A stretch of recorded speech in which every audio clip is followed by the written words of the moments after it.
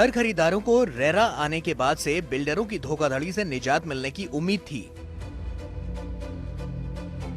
लेकिन रेरा कानून की कुछ खामियों का बहाना बनाकर कुछ डेवलपर्स अभी भी ग्राहकों के अधिकारों के साथ खिलवाड़ कर रहे थे।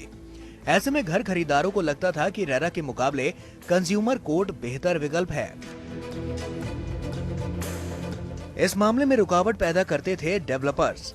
इनकी दलील थी कि रेरा के आने के बाद ग्राहकों को कोर्ट जाने का अधिकार नहीं है, लेकिन एक मामले की सुनवाई में सुप्रीम कोर्ट ने साफ कर दिया कि रेरा के साथ कंज्यूमर कोर्ट का विकल्प भी घर खरीदारों के पास मौजूद है।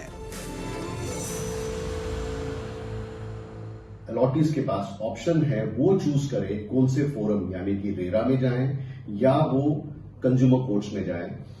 ये क्लैरिटी लाता है।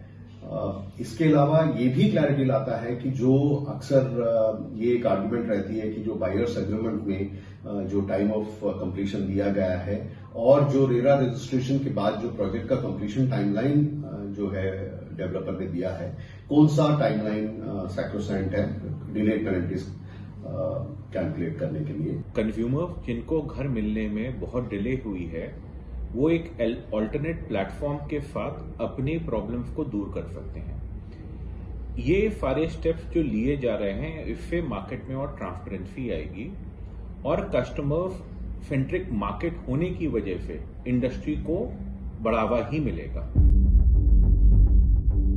सुप्रीम कोर्ट ने real estate company Imperia structures की इस दलील को खारिज कर दिया कि रेरा के अमल में आने के बाद प्रोजेक्ट पूरा होने से जुड़े सभी मामलों का निपटारा इसी कानून के तहत होना है। कंपनी का कहना था कि अब नेशनल कंज्यूमर कोर्ट को इससे जुड़ी ग्राहकों की शिकायतों पर विचार नहीं करना चाहिए। सुप्रीम कोर्ट ने अपने फैसले में साफ कर दिया कि रेरा के तहत घर खरीदार ग्राहक की श्रेणी में आते हैं। ऐसे में कंज्यूमर कोर्ट में अपील करने का उनका अधिकार सुरक्षित है। जिस केस को लेकर ये मामला सुना गया, उसमें घर खरीदारों को NCDRC से राहत मिल चुकी थी।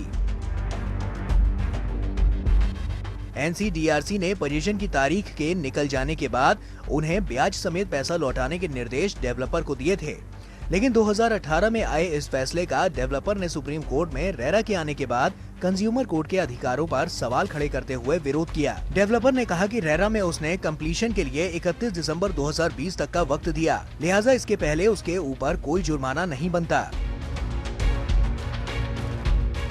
लेकिन कोर्ट ने इस फैसले को बिल्डर बायर एग्रीमेंट के मुताबिक हुए समझौते के आधार पर देखकर फैसला दिया है। इसके बाद साफ हो गया है कि शर्तें BBA के मुताबिक तय होगी। रेरा में डेवलपर की दी गई कंप्लीशन तारीख के हिसाब से तय नहीं होगी।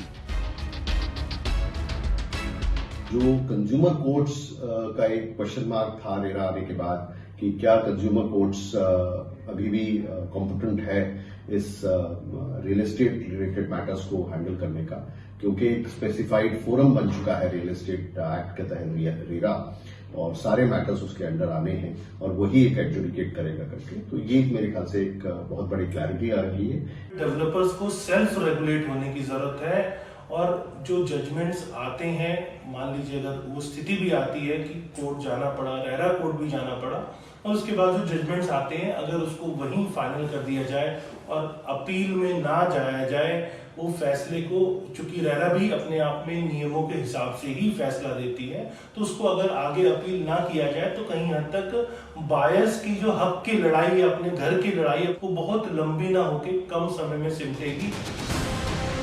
उम्मीद है कि अब इस फैसले से डेवलपर्स की लेट पोजीशन पर जुर्माने से बचने की सभी तिकड़में फेल हो जाएंगी। साथ ही अब डेवलपर्स घर देने में देरी के पैंतरे आजमाने की जगह वक्त पर घर बनाकर देने का काम करेंगे।